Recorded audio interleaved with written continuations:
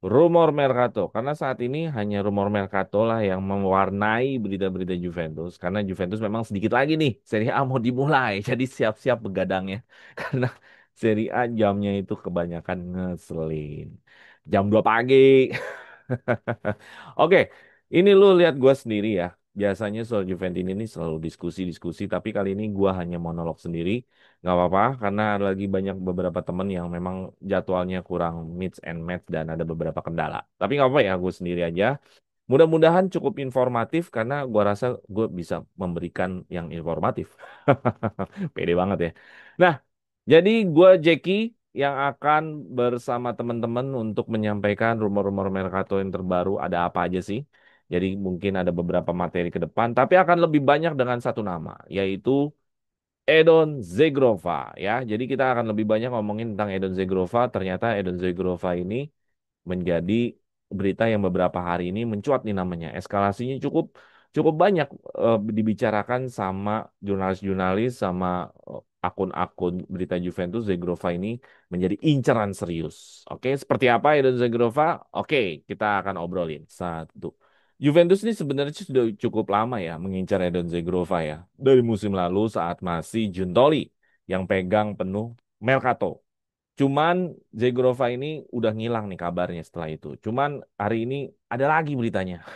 Menariknya sebenarnya di musim panas ini nggak ada berita Zegrova. Sebenarnya dari awal berita Mercato tuh nggak ada berita Zegrova. Tapi akhir-akhir ini nih, gua nggak ngerti kenapa tiba-tiba muncul. Ya, dan munculnya tuh bukan cuma sekedar ketertarikan, tapi munculnya tuh benar-benar udah kayak penawaran langsung ke pemainnya ya. Seperti pola klasik kalau kita mau mengincar pemain, kalau mau serius ya kita harus datengin pemainnya dulu karena akan lebih mudah kalau pemainnya udah bisa bilang yes sama kita, baru kita masuk ke klubnya. Karena kalau kita langsung ke klubnya nggak mungkin lah kalau pemainnya belum setuju-setuju amat. Nah, menurut La Gazzetta dello Sport, sebenarnya Juventus udah ngasih penawaran ya. Belum ngasih penawaran, tapi menurut La Gazzetta dello Sport soal gaji dan soal lampu hijau yang udah diberikan soal Edon Zegrova. Artinya dari sisi pemainnya dia udah oke, gajinya dia udah oke di 2,5 juta euro. Nah, masalah berikutnya adalah kalau pemainnya udah oke, gimana nih klubnya nih? Nah, klubnya ini jadi masalah. Kenapa? Karena Lille biasa ya kalau dalam dunia Mercato ini semua lagi pasang harga tinggi-tingginya. Gak ada yang pasang harga murah. Karena nih kesempatan. Dan pasang harganya itu juga Lille maunya 20 sampai 50 juta euro. Sementara Juventus tuh maunya cuma 15 juta euro. Dan Zegrova sendiri emang nggak mau extend kontrak gitu. Jadi negosiasinya masih cukup alot nih antara harga dan yang berminat sama Zegrova juga cuma satu Juventus doang, ada Olympique Marseille. Tapi untungnya Zegrova dalam pemberitaan terakhir sudah oke sama Juventus. Tapi kalau melihat situasi ini ya, gue sih bilang masih yakin nih kalau ini akan terjadi karena dari sisi kebutuhan squad, Zegrova bisa jadi opsi yang logis untuk pelapis Chico ya. Jadi memang peran utamanya gue rasa jadi pelapis Chico lah. Sulit lah untuk bisa jadi eh, pemain inti di Juventus. Dia bisa menjadi pelapis. Jadi ini win-win solution lah buat gue. Pemain terjangkau, gajinya rendah, terus ya menambah kedalaman squad. Karena kan harapan dari setiap tim itu kan squadnya yang satu bagus, cadangannya juga bagus. Itu kan harapan semua klub ya. Namun kayak biasa ya dalam Mercato tuh Juventus tetap harus menunggu karena memang ada indikasi bahwa final negosiasinya masih bisa lambat karena seperti biasa ya kalau pemain di Juventus itu harus lebih dulu dijual dulu. Nah ini yang harus dijual nih Nico Gonzalez kalau dalam beritanya. Maka kalau Nico Gonzalez kejual, Zegrova bisa nanti kita datangkan. Ya memang di Mercato kali ini situasinya agak lambat ya, berbeda dengan situasi waktu zamannya si Giuntoli yang serba dar der dor. Jadi kita lihat aja apakah Zegrova ini mungkin sampai di deal akhir musim ataukah sudah dalam waktu beberapa hari ke depan. Ya karena memang harus nunggu Nico juga sih kejual. Ya udah coba kita lihat aja. Sekarang kita mau coba lihat profil eh, dari Edon Zegrova karena ini yang tadi gue ceritakan adalah profil tentang pemberitaan update paling sekarang. Kalau teman-teman suka dengan monolog dari gua, coba deh bantu gua untuk like sampai 100 100 like ke atas, kalau 100 like ke atas, mungkin gue akan lebih sering akan gue segmenkan monolog khusus tentang gue. Dan kalau benar terjadi, ya gue akan bikin segmen monolog sama gue. Tapi kalau enggak, ya udah seperti biasa aja reguler. Oke, kita ngomongin profil Zegrova seperti apa ya.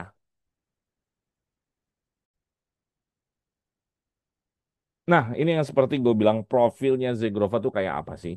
Kalau gue lihat profilnya ya, gue tuh seneng kalau misalkan yang datang itu adalah profil yang peak perform. Dia usianya 26 tahun, jadi ini bukan anak bawang, bukan orang yang masih hijau. Tapi ada ya fans-fans juga senangnya tuh yang masih ijo-ijo gitu. Senangnya yang masih remaja-remaja. Kalau gua nggak, gue lebih sukanya peak performance karena usia itu adalah usia langsung ngebut ya, udah punya pengalaman, udah punya ya udah tahu lah bagaimana bermain bola sebagai pemain profesional. Jadi lagi matang-matangnya di puncak performa. Jadi gue senang kalau ada usia 26 tahun yang datang ke Juventus. Nah, yang paling penting adalah dia datang sebagai pemain inti di Lille. Ini dia bukan pemain cadangan ya. Selama kalau misalkan dia tidak cedera, dia selalu match-nya itu selalu pemain inti di sisi sayap kanan. Jadi kalau Juventus berhasil mendatangkan dia, ini sebenarnya sangat bagus ya. Karena sekali lagi tadi gue bilang sebelumnya, Zegrova ini bisa jadi pelapis buat Chico. Kalau kita nyebutnya ya kedalaman squad ya. Jadi sayap kanan ini akan jauh lebih lebih apa namanya lebih terjaga, lebih punya kualitas yang sama baiknya, harusnya ya sama baiknya. Tapi gue masih bilang Ciko lebih baik lah. Karena kan Zegrova harus dibuktikan dulu. Kalau Ciko kan udah bisa buktiin. Nah, jadi si Zegrova ini secara profil dia lebih banyak bermain di sisi kanan, baik dia sebagai penyerang sayap, baik dia sebagai pemain tengah paling ujung di kanan. Nggak ada posisi lain, jadi ini hanya posisi satu-satunya yang dia bisa nyala ada di kanan dan dia profilnya sangat eh, ofensif ya dan dia berharapan gue dia bisa lebih stabil secara karakter selain kualitas di lapangan. Jadi walaupun cuma di satu sisi, tapi benar-benar satu sisi itu dikuasain. Kalau kata Bruce Lee, Bruce Lee. Bruce Lee ya, Bruce Lee yang tokoh kungfu zaman dulu. Saya lebih takut kalau ada orang yang menguasai satu jurus, tapi dia sangat ahli. Wede. Daripada menguasai banyak jurus. Ya, jadi mungkin itu bisa diartikan orang yang sangat eh, apa di kanannya tuh udah pro banget gitu. Ya mudah-mudahan Zegrova seperti itu ya. Nah kalau bicara harga nih, nah tadi udah di beritanya ya, market value-nya dia nih kalau gue lihat website statistik market value-nya di sekitar 15 juta sampai 16 juta euro. Wajar sih Juventus nawar dia di 15-16 juta euro daripada kita ngikutin harganya harganya si Lille ya. Tapi sih kayaknya kalau Giuntoli kayaknya bakal deal nih. Giuntoli kan modelnya dar aja udah. Kalau Komoli kayaknya nahan kayak mama gitu lama gitu biar dipanggil dulu baru misalkan bang sini bang jadi maunya berapa gitu. Kayak gitu mungkin ya kalau Molly gambarannya ya. Nah, jadi dia bersama Lille juga udah lama sebenarnya dari 2022. Berarti udah berapa tahun tuh teman-teman? 4 musim. Artinya waktunya juga tepat nih untuk nyari tantangan baru dari seorang Zegrova untuk main di Serie A. Jadi kalau dia masih main terus di Liga Prancis sebenarnya juga ya walaupun dia belum pernah juara liga ya di sana, maksud gua ya dia harus berkembang lah ya. Biar bagaimanapun kan Serie A tentu levelnya di atas Liga Prancis ya. Jadi ini bukan transfer biasa lah buat Zegrova. Harusnya Zegrova menyambut ini dengan baik dan untuk membuktikan bakatnya dan eksistensinya tuh di liga lain juga sama-sama gacor gitu loh. Nah, apakah eh, Zegrova bisa menggeser dari si apa si Chico, gua rasa enggak ya pada akhir. Tetapi tetapi gini ya, pada dasarnya untuk saat ini memang Chico memang sulit untuk bisa digeser karena Chico sudah membuktikan itu. Tapi kan kita nggak tahu perjalanan waktu. Apakah Chiconya menurun, apakah Chiconya menjadi lebih baik, ya kita nggak tahu gitu. Apakah Chiconya cedera, kita nggak tahu. Tapi yang paling penting bahannya di sini sudah sesuai nih karakternya untuk menggantikan Chico. Kalau seandainya Chiconya malah flop, ya tentu akhirnya kita beruntung ada yang modelnya sama nih model dia si Zegrova ini. Jadi secara profil usia menurut gua Zegrova ini sangat cocok sekali untuk menjadi kedalaman skuadnya Juventus dan ya kita lihat perkembangannya sejauh mana dan menurut teman-teman kira-kira ini akan terjadi nggak nih apa namanya Zegrova ini akan didilkan oleh Juventus kalau dilihat tadi gue bilang profilnya ya terus juga apa namanya kita akan bicara tentang statistiknya kelebihan-kelebihan dari Zegrova ini kan yang gue bicarakan masih profilnya ya profilnya yang dia juga orang Eropa Timur Kalau lo tahu orang Eropa Timur sekarang lagi banyak bermasalah nih. Satu sih yang bermasalah. Lagi drama, ya kan?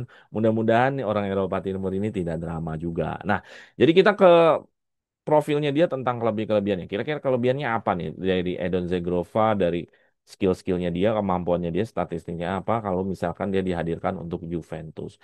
Nah, teman-teman kalau lu suka dengan monolog gua, please like gua sampai 100 lebih. Kalau lu berhasil memberikan like gua 100 lebih, gua akan terus monolog. Tapi kalau enggak ya seperti biasa, gua akan diskusi dengan yang lain dan seperti jadwal yang sudah ada. Oh ya, gue juga di situ kan ada barcode ya. Di situ ada barcode. Kalau lu scan, di situ saatnya lu memberikan kopi ke gua. Ya lu support-support lah channel inilah ya, lu support channel ini, ya lu kirim-kirim lah ke gua lah, ya lu berikan lah seberapapun, kita say thank you supaya channel ini terus berkembang, channel ini terus ada dan gua terus ada di handphone lo, terus ada di semua aplikasi lo. Oke, kita pengen tahu juga tentang kelebihannya dari Edon Zegrova. Oke? Oke. Ya, tadi yang seperti gue bilang bahwa kita pengen lihat kelebihannya apa dari Edon Zegrova ini. Ya, tentulah kalau ngomongin kelebihan kita harus pakai sebuah data ya. Datanya ini gue ambil dari FBref. Gue senang banget di sini banyak angka-angka. Sebenarnya ngejelimet ya, tapi ya sudahlah gue ceritakan aja.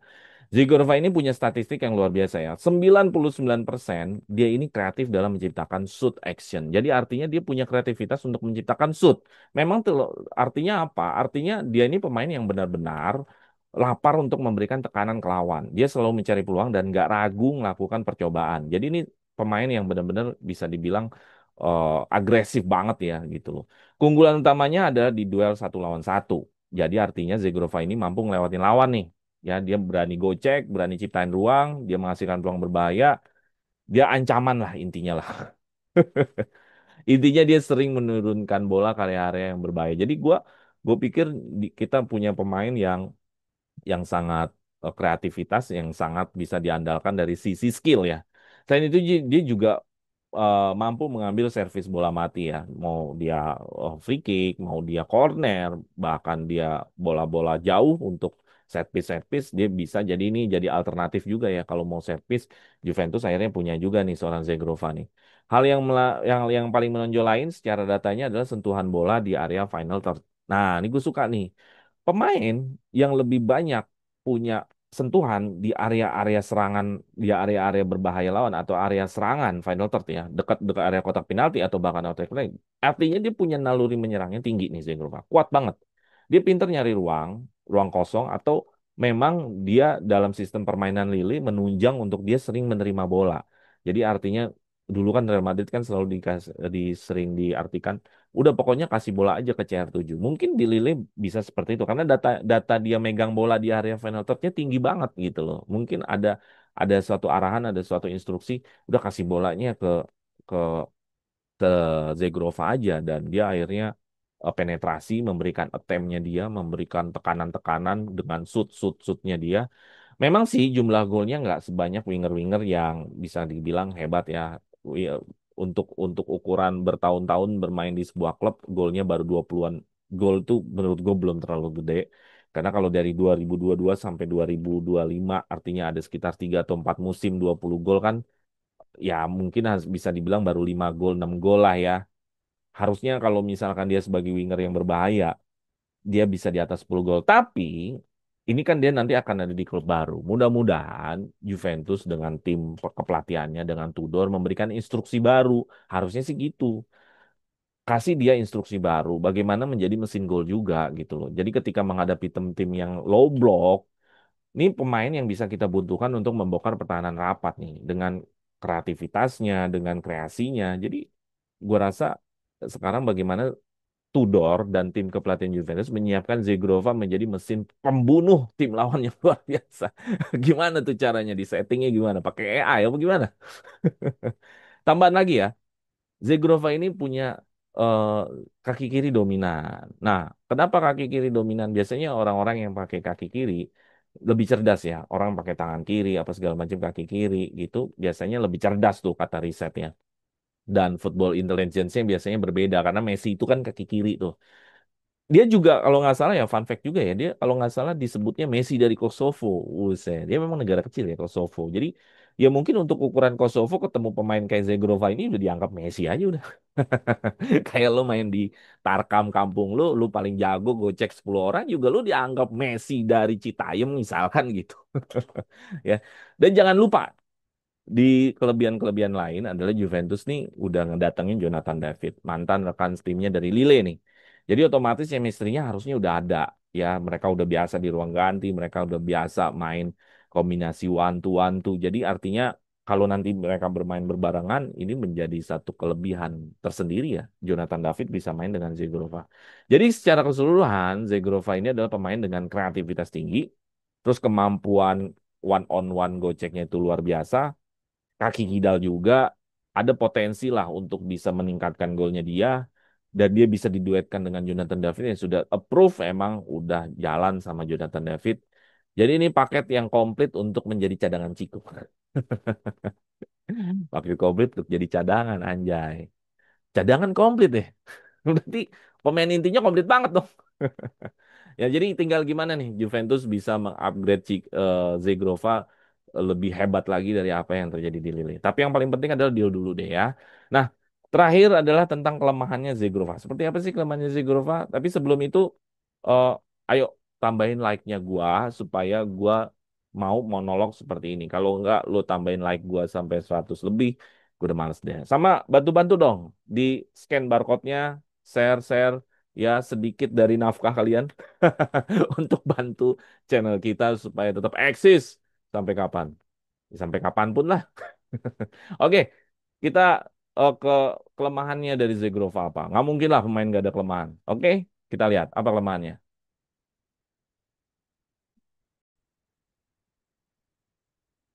Ya, tadi kita udah banyak bahas soal Zegrova ya, dari profilnya, asalnya, sampai statistiknya, kelebihan-kelebihannya. Tapi rasanya nggak lengkap nih kalau kita juga nggak cerita tentang kelemahannya, tentang apa sih tantangannya dia gitu. Jadi pertama hal yang paling gue cari nih dari seorang pemain kalau dia datang ke Juventus ya, dia punya riwayat cedera nggak nih? Ya, dia punya talenta besar, tapi kalau dia nggak available, lebih sering di ruang perawatan, puskesmas, BPJS kepake terus, nggak mau ngapain. Mau sebagus apapun. Jadi inget Pogba gua. Pogba itu kan waktu dia di season kedua datang ke Juventus sudah dianggap bakal jadi jagoannya Juventus nih. Ya, jadi karakter jagoannya Juventus bahkan dikasih nomor 10. Tapi apa yang terjadi dia nggak pernah available, pincang terus. Ya, dan apa yang terjadi setelah gue lihat dari Zegrova ini datanya di transfer market, ya gua kan di transfer market tuh ada data tentang cedera-cedera ya. Parah sih. Parah banget. Ya jadi udah ngelewatin 27 pertandingan ya dengan masalah otot eduktornya dia lah. Terus ini juga bukan cedera kecil-kecilan ya, cedera serius yang belum jelas kapan mau pulihnya. Waduh kacau juga nih. Jadi pertanyaan besarnya, ini kita beli pemain penyakitan nih. Siap nggak nih dengan available dia untuk bermain di Juve nih? Ini masih tanda tanya nih, apakah Zegrova bisa mempercepat pemulihannya apa gimana nih? Tapi sih gue gimana ya masih bisa mentoleransi karena dia sebagai pelapis sih ya, bukan sebagai pemain inti. Tapi kalau ini dijadikan pemain inti, waduh kacau banget gue rasa. Gue juga males ya pemain yang udah penyakitan gini ya. Tapi mudah-mudahan ini bisa bisa apa ya namanya bisa dipercepat pemulihannya. Dan masalah kedua adalah selain masalah cederanya, masalah kedua adalah biasanya nih pemain yang suka dribble, suka nusuk ke dalam, suka gocek sana sini, suka lewatin pemain, dia terlalu sering dengan asik sendiri, kayak punya dunianya sendiri, udah repot sendiri deh dia. Nah, ini kalau dia repot sendiri, Juventus bisa punya masalah nih, karena sepak bola kan nggak soal dribble juga, nggak soal tentang gocek. Lu tetap harus punya timing. Kapan lu mesti passing, kapan lu mesti assist, kapan lu mesti shoot, nggak semuanya harus digocek semua, ya kan? Itu mah kayak Tarkam. Kalau Tarkam mah kalau ada orang gocek kan kita tepuk tangan. Makin banyak digocek, tepuk tangan terus, makan disawer kan. Dan ini kan bukan Tarkam. Jadi ini tetap lu bermain secara pro. Ya, kecuali ya levelnya Zegrova ini levelnya Ronaldinho. Ya, justru biarin aja dia lewatin pemain karena dia pasti jagonya atau kayak Arjen Robben dah. Ia masuk dari sisi kanan, no kick, kaki kiri, pressing. Ya nggak apa-apa lah kalau memang Zegrova bisa semampu itu. Tapi ya gue sih nggak yakin ya Zegrova di level itu. Bukan nggak yakin, memang bukan di level itu ya. Nah jadi itu yang kedua. Jadi gaya bermainnya ini bisa jadi masalah.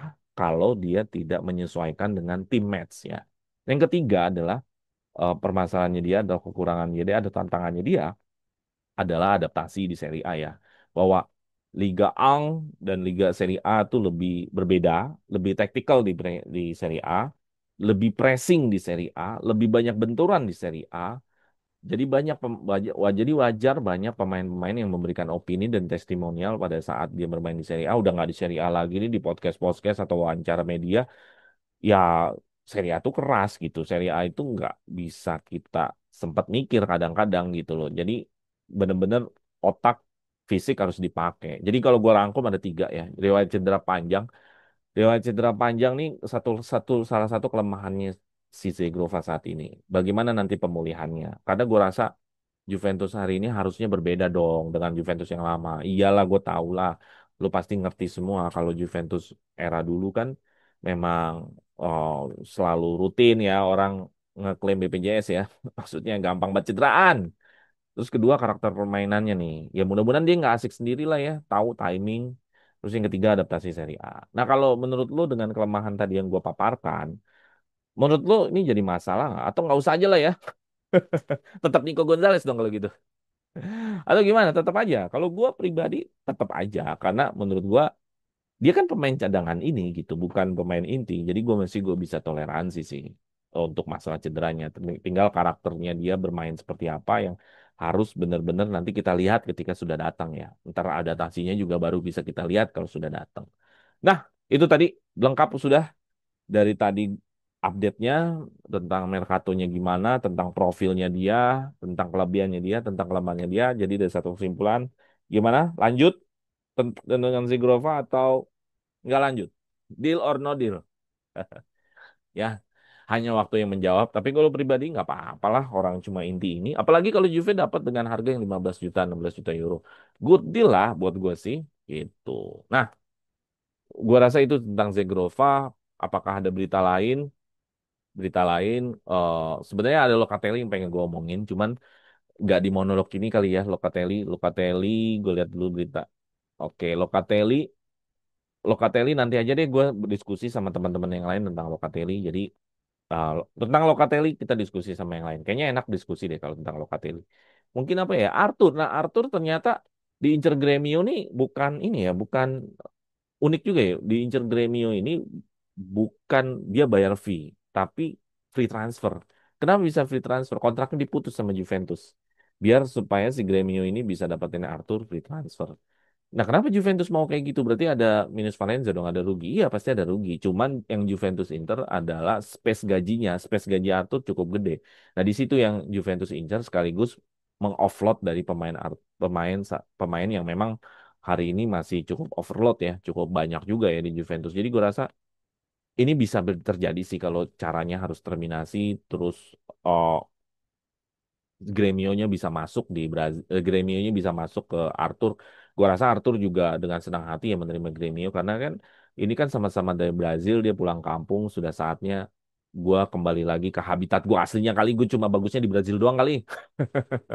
Ya kan, udah ke Barca, udah ke Liverpool, udah ke Fiorentina, udah kemana lagi sih dia? Banyak banget klub-klubnya, kagak ada yang mau permanen dia. Luar biasa memang Arthur ini. Ya mungkin memang tempatnya hanya pulang ke Brazil. Ya, oke, itu aja deh gue. Udah banyak banget nih gue ngomong. Ya, sekali lagi bantu like gue sampai 100 kalau lo merasa gue sangat informatif untuk memberikan eh, berita-berita tentang Juventus. Kalau lo senang dengan monolog gue, like gue sampai 100 dan tolong lo barcode tuh scan ya supaya gue lebih semangat untuk bisa memberikan informasi Juventus di setiap waktunya. Itu aja dari gue. Vino alla fine. Forza Juve!